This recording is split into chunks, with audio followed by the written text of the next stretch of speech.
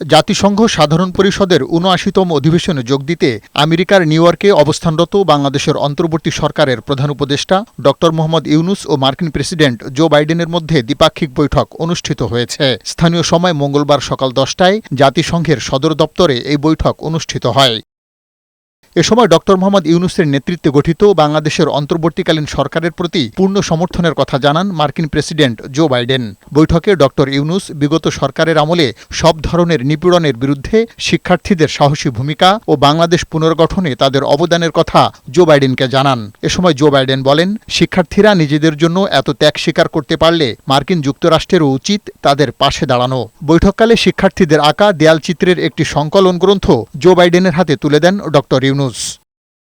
এর আগে কানাডার প্রধানমন্ত্রী জাস্টিন ট্রুডোর সাথে বৈঠক করেন প্রধান উপদেষ্টা। বৈঠকে বাংলাদেশ ও কানাডার সম্পর্ক উন্নয়ন ও তরুণদের সহায়তা করার বিষয়ে আলোচনা হয়। এছাড়া ব্রাজিলের president Luiz Inacio Lula da Silva, মরিশাসের প্রেসিডেন্ট পৃথ্বীরাজ সিং রূপন, ওয়ার্ল্ড ব্যাংকের প্রেসিডেন্ট অজয় বাঙ্গার সাথেও বৈঠক করেন প্রধান উপদেষ্টা ড মোহাম্মদ ইউনূস।